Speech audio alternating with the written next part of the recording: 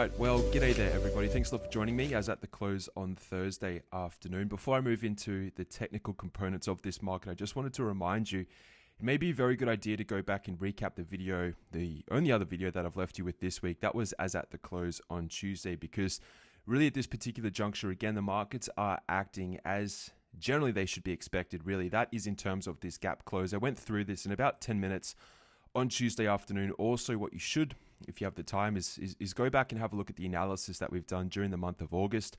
I understand a lot of people have been relatively bearish, so to speak, on this market or on these markets collectively. But again, unfortunately, their emotions are getting the better of them. Fast forward, of course, to today's session. It looks as though to me that we have seen a definitive break above that of this upper resistance area, the resistance area that has been essentially building for the entirety of August, as of course we have also been building, this support area too. As you can see, there has been a very slight sort of incline to that support area. This is the absolute lows. We tried to get down there in the midsection of August. We also had an attempt, I remember this very specifically, as at the close on Friday the 23rd over here. This was still yet to penetrate actually that of the low on the 15th and also the prior low that we established very early on the 5th of August. And as such, you can really see the market taking a turn to the upside. All right, I think that is very clear. That is very evident. However, I just wanted to keep a level head at the moment and just say that, look, we're not out of the proverbial woods at the moment. The reason for that, of course, is because similar to what we've been speaking about in this type of scenario here, in this type of scenario just here, and of course, most recently, this scenario here, even though the markets themselves are still collectively moving to the upside, what we are doing right now is still establishing that of gap action. So again, that ship, so to speak, it is still rocking from side to side. However, again, the majority, or at least we're starting to transition anyway, is that we're seeing more of a collective move to one side of the boat, and that side, of course, is to the upside. That is leaving us with these very pronounced open wicks to begin each and every session, or at least since we have come into the week, even on Tuesday where we saw the gap down, then of course the gap on Wednesday, and now most recently today is at the gap on Thursday. So essentially tomorrow, I just wanted to point this out, we're going to receive, I believe, the US unemployment rate. That is going to be the headline number tomorrow. It wouldn't surprise me, whatever that number is, even if it is relatively unchanged, there is going to be a story which is going to be tied to the market movement. Now, I'm assuming, again, even though I am bullish on the market, that whatever this print is going to be as at tomorrow, we're going to see a pullback in the markets. It would not surprise me. This is the chart, by the way, of the S&P 500, whereby we've closed up 38 points during today's session. It would not surprise me whatsoever to actually see that of a long day dark Morobozu candlestick. It may even show up in that of a sort of a one black crow type of candle, whereby we actually negate, all right, the entirety of the gains that we've established as at Thursday. The reason for that is because depending on which way you want to break down this market, first of all, you need to understand that this has been a prominent resistance area. On top of that, number one or number two, you could say this gap out of the range is a very bullish indication, all right, that price action over the coming months is going to continue higher. When you see a gap like this in such a sort of environment or a context anyway, it is a very bullish sort of setup. It's a gap over a resistance area whereby you can essentially call it that of a gap and go. The problem is, and generally what happens is after a basing pattern, and this is essentially what we've been in a period of an accumulation, that of a very short-term consolidation. Generally what happens is you will come on back down and actually close this open window, and that's what we're looking at. So if you wanted to blend again parts of Dow theory or even gap theory into this analysis right now, right, you have to expect collectively, not only on the S&P but also on the Dow Jones Industrial Average and the Nasdaq, that the markets, before they can see that legitimate push to break above the all-time highs that we did establish, if I can zoom out and show you this in the period of July, before we can actually see this take place, or if it is going to be a legitimate move to the upside, generally what you're going to see is the market pull on back down and retest this resistance area from the top. Once this area holds, and I understand, I'm not blind, by the way, that we do have another open window, and I did point out the fact that we have a 2-point sort of gap here between that of the gap. This is going back to Wednesday last week, and of course the pullback that we saw on Tuesday. I don't think that this gap essentially needs to be closed, because on the other two markets it has, and it's only a 2-point really sort of immaterial gap that more or less did close. But it wouldn't surprise me to see these markets, and again, I'm just trying to be as neutral as possible in the analysis, the application of the analysis, to see again the gains that were made today to be given back, to see this as a critical retest of a breakout, which will then act as new support, upon which may show up in the sort of the pattern anyway, the short-term pattern of a sort of a bull flag continuation pattern, whereby this will be again that back test of this resistance area that has held for the majority of August, upon which we really lay the foundation to move higher on a more sort of legitimate and sustainable type of rise. At the moment, you need to understand that this is rather parabolic. If you wanted to draw sort of hands on a clock, we're sort of operating in that number one direction at the moment, largely unsustainable. However, again, the markets are leading us to believe, in the price action at least, and I don't think anyone can really discount this or disagree at this particular point, that the markets have appeared to have chosen the path of least resistance, and that is to the upside. The continuation of the trend, according to Dow theory. Remember, a trend is assumed to be in effect until it gives us definitive signals that it has reversed. And also, I think the shorts out there are probably a little bit concerned at this particular point. If they haven't actually closed out of those original shorts at any period throughout the month of August, they are now underwater. Think about that. All of those short sellers, think about all of the bearish news, all of the bearish sentiment that was driving the market in the period of August, whereby support was actually holding. Even those aggressive shorts have been potentially accumulating their positions or starting to actually position themselves net short. Now they're faced with a very serious immediate problem, whereby they're essentially right now, if they haven't already closed out of those positions, they're looking for an opportunity to close them out at the best possible price, which feeds into, of course, the pullback coming back down to this critical resistance turn support area, whereby you would expect a lot of those, I guess you could say, somewhat intelligent short sellers, all right, to actually begin buying to close those positions, which would then act as, again, another bid underpinning this market, which is going to drive it up to new all-time highs. All right, so I just wanted to say that this is not a sort of a, I told you so moment whatsoever. I'll always be humble in the approach to the markets and the application of the analysis. But at the same time, I understand a lot of people who even watch this YouTube channel, and I can gauge this obviously in the comments and also in the sort of the dislike portion of the videos from time to time. I understand that a lot of people out there have succumbed to the negativity of the market and the talking heads. And unfortunately for them, they're probably in a rather sort of tough predicament at the moment, whether or not to sell out of those positions or to hold true, of course, in the bearish sort of paradigm that they're operating in, and just hope for the best. Now, I can tell you definitively that is the worst type of position to put yourself into, to sort of just hope that the market collapses and comes back down to these support areas. There's no certainty in that whatsoever, but what is rather more sort of probable would be, again, this slight pullback to negate the gains that were made today during Thursday's session. We might even overshoot them between that of Tuesday and also Wednesday's session. But the end result of this, and we haven't deviated from this analysis whatsoever, what the technicals have been telling us, is that this market still wants to move higher. All right, I just wanted to make that very clear, but also, again, at this particular time, try and keep a level head about some of this bullishness that has been flowing into the markets.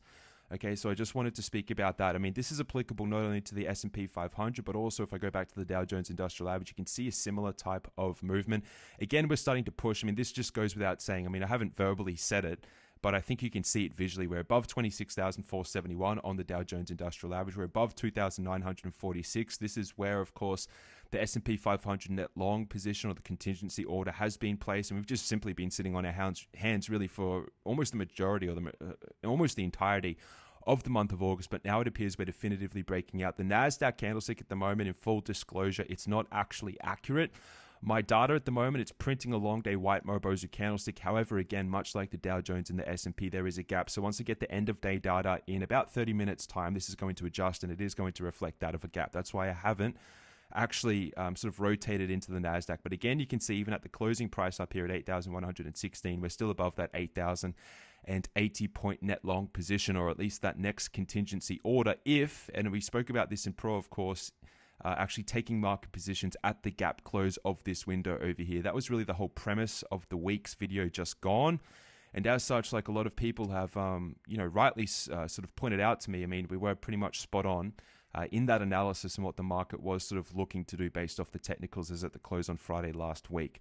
All right, so again, things are looking good. Maybe we're starting to see a resolution finally to some of this really choppy price action that we have been in. This is a period right now to be rather excited about the future. All right, I would encourage you to leave a lot of the pessimistic sort of sentiment at the door, or any sort of negativity that you have on the economic outlook or even the financial markets, just to sort of brush that to the side. Because again, generally what will happen up and around market tops is that the market will not be friendly enough to give you a month's worth of trading activity to actually liquidate and exit out of the market. It happens very, very quick around market tops. You'll see a parabolic rise, followed by a pretty parabolic sort of collapse to the downside, very similar to what we're seeing on silver during today's session. You see this meteoric rise, and then you're seeing the pullback back down to the gap. That would represent in some form of a parallel that of what we would expect at some later date. In the broader US equity markets, we are nowhere near that at the moment. We don't really, although we do have somewhat sort of kindred spirits taking over the market, or at least leading into the back end of July, this is still very much so a healthy correction. And now that we've sat through the correction, it appears as though the markets are again advancing in that upward directional move. You can see we're above the simple moving averages. We're above the exponential moving averages as well. We're starting to get across there. Been speaking about these oscillators again turning up over time. As we have continued to drill into this support area, we've seen the oscillators slightly turn up. Now we're starting to knock on the door of overbought territory, but there is still a ways to go. Expect the markets again to pull back. The ADX is turning up, and the CCI, which is pretty important given, of course, this sort of sideways move that we have been stuck in largely for 2019 and also backdating that to 2018. You can see the CCI is starting to strengthen the commodity channel index, and it's pushing up towards 100 as well. So again, there are a lot of green sort of roots coming through underpinning this market. Things are looking healthy in the face of, again, sort of the majority, which has been rather sort of scared, you could even say, about the market and the probability of some form of a crash that they've been talking about. And these recessionary fears, well, look, price action is kicking it to the side, and price action really is truth, even if it is a little bit disconnected from, some of these fundamentals or that people tend to reference during these corrections to really overdo what is something relatively straightforward and simple in terms of a general market correction. So just wanted to point that out. Also in the top Bollinger Band, you can see that we're outside it actually on the S&P 500. We're also outside it on the Dow Jones Industrial Average, and we're closing more or less right on it on the NASDAQ too. So we have been following along with this Bollinger Band sort of squeeze. We haven't really got into a full-blown Bollinger Band squeeze. If we didn't see that of today's session or even yesterday's session, if we were still trading, say, for instance, around the 18-day simple moving average, down here at 7,900 odd points, well, then you would expect, of course, the top and the bottom band to continue to constrict. However, that bottom band, you can see, it's starting to sort of trumpet apart. So again, it's ushering in volatility. That volatility break is to the upside. I don't think it's unexpected if you've been listening to my analysis here on this YouTube channel or even in that Pivot Point Pro analysis class. Now, a lot of movements in our stocks. We're back up at 213.28 on Apple, which is good. We were looking at 202.98 and more recently 208.54. A lot of people closed the trade out at 213.28. Fair enough. Again, expect some of these gaps to close. That's really the message as at the close on Thursday. You can see Amazon pushing back up towards 1,837. We actually closed above it by about $2 or $3 today, but again, you should expect a little bit of a pullback. This is certainly looking like a double bottom. You've got the pronounced neckline just there. So again, this is just market leaders coming to the forefront again, or at least setting up very bullish patterns, which are again underpinning that of the market. You've got Boeing Airlines back up at its resistance area. We had this a couple of weeks ago. That was a bit of a surprise down here at $339.70. No major trade there. Baidu is still sleeping. It hasn't come out of its slumber yet, but this is where it gets interesting, everybody. Caterpillar, I specifically, and again, not to beat my chest whatsoever, I'm always going to be humble in the analysis, but specifically, I pointed out this very candlestick just here. And I described it whereby it was a false break to the downside, and you could see price very rapidly move back on up towards 135.65. A lot of people lost faith in this analysis, not only applying to Caterpillar, but also, for instance, COP and a bunch of other stocks as well that looked to be actually breaking down below support. It didn't make sense, right, when you were looking at the actual market indices as well. And as such, based off this candlestick here, I'm not sure. It's probably public. It's certainly private. But if you look at this, we were down here below 112, all the way back up at pretty much 123 is at the close today. We're actually above that quite considerably during today's session. However, we pulled back off the highs a little bit across the board. So Caterpillar is certainly shooting. To me, this looks like a reversal gap. It looks like a little bit of a breakout after a false break to the downside, and you're starting to naturally see these oscillators reset. And this is something that we've been picking up on over the entirety of August. If I go into COP, surprise, surprise, it looks like a little bit of a triple bottom. You could call it a double bottom. We've got that neckline as well. We still haven't broken above it, but I do like how this trade is actually setting up, much like a bunch of others. We've got Disney. We've essentially just been stalking it. I use the word stalking. I know it's not the best word to use, but really what it means is that we're not doing anything except bringing down bullish entries, right? Bullish contingency orders for when the market turns. And it looks as though, again, as I said before, we're not out of the woods, but the market itself, given, of course, the pullback to close some of these open windows, it looks as though it's taking that bullish turn, which is very favorable, and it's really represented quite nicely in a bunch of these individual trades as well. Disney at 136.92 and also 138.91. Again, expect the pullback. However, when we switch into Google again, it's another historical anyway market leader that appears to be strengthening quite nicely. You can see this little gap, a long day Morobozu candlestick. Surprise, surprise, we have that open window, but this will be up at 1267 probably by the end of September, all right, at a minimum. Surprise, surprise, have a look at what we're doing on IBM as well. See, we started with this bullish this bullish trade about 140. We've brought it down. It's down here at 136. Boom, it's triggered today. We're up at 140.97. Okay, so again, it's been a process. I hope above all else right now that you understand sometimes it's best to do nothing in the marketplace. And I know it can be really hard, especially for people who are learning how to trade the financial markets, because you wake up each morning and you want to place a bunch of profitable trades, or at least on a swing sort of time frame, and it's just not really possible. I mean, people will tell you it is, but really in essence, it's not. Sometimes you just need to wait for the market to move into more of a reasonable sort of setup, something that makes sense. And then, of course, or our analysis anyway, has just been saying wait as we bring down these entries. And it takes a little bit of time. It can be frustrating. Of course, none of us are in control of the market, but if you get the direction right, over time, you are going to be paid out. 135.44 and 139, pardon me, 12 are up at 140.05. It has been a wild ride on Microsoft. You can see this. I mean, you can see it for yourself, but at the same time, if you just hold true to your beliefs in the analysis, these prices are going to continue. Now, what's interesting to round out on Netflix is that this has been probably one of the weakest trades on our list. It looks as though to me that we are in that of a sort of a descending wedge. You can see here what we call a declining wedge. And it looks as though really, this is the moment where you'd expect it to break out. It's really that simple. We've got a nice bullish reversal candlestick today. It's very similar to the candle that actually set up here on Caterpillar. All right, I hope you can see that. And also some of these candlesticks over here on COP as well, not to mention a bunch of other sort of reversal candlesticks on some of these net negative movements for the period of August, or if not a little bit longer. But pay attention to this. There is a good chance that it is going to abruptly take off after this sort of longer than expected, just movement to the downside. We'll see what happens. But again, things are looking okay in the marketplace. So I wouldn't say go out there and buy or go overly net long if you haven't already done so. But if you see the markets pull on back down to close this window, again, you're just operating on mark time, so to speak, before the markets do take out those July all-time highs. All right, that's really the reality that we're operating in. You can, agree with it, you can disagree with it, but it's really just the reality. I mean, you can disagree with price action, but price action is ultimately going to be true and correct. And if it chooses to move higher, which is what we've been sort of beating the drum on about really forever, we haven't seen a reason. Although, sometimes we can protect ourselves and actually trade, or at least exit out of net long positions, or even go short like we did in Q4 of 2018. Right now, again, if you look at this market and if you just take into consideration where we have been to begin 2019, and you just pretty much just look at it through the eyes of higher highs and higher lows, all right, you tell me what's bearish about this picture. And again, it's just coming from a humble place. Don't allow, all right, the headlines to drive your emotional reactions or responses to movements in price action. You need to pay attention to the structure of the market, understand the application of analysis, and that's really what we do in that Pivot Point Pro class each and every week on a Saturday. All right, so if you're not in that class and if you've been following this analysis, I'd encourage you to do so, because there is a tremendous amount of profit and returns to be made if you're on the right side of this trade, and also if you can flow that through into a bunch of individual stocks as well. Not to mention, of course, we've been accumulating SPYs. That's no surprise to anyone, really, for months and months and months and months. And with each and every uptick, once this gets moving, it's really just going to snowball at this particular point. We've gone through the hard process of waiting.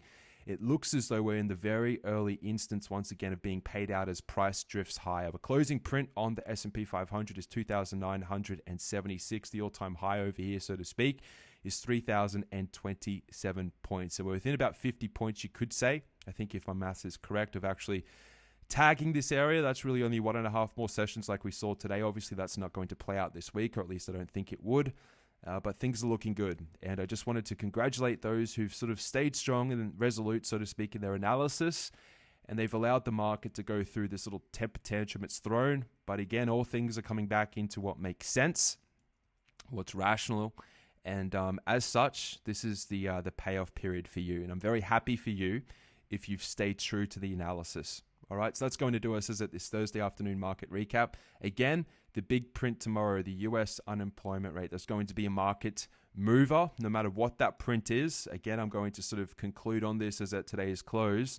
I expect that we're going to see a reversal. Everyone's going to say, once again, here comes the bearishness. But don't be surprised if you see the support area hold and then you start to see the market uptick and move higher. All right, it's just a hunch that I have. It makes a lot of sense to me based on what the chart patterns are suggesting, and I'm just relaying that information, or at least my thoughts, to you to prepare you in the event of such sort of a reaction, or what appears to be a pessimistic reaction, just to put it into some sort of alignment, so to speak. All right, so that's going to do us. Enjoy your Thursday evening, everyone. I will see you in Saturday in that pro analysis class. All the best. Farewell.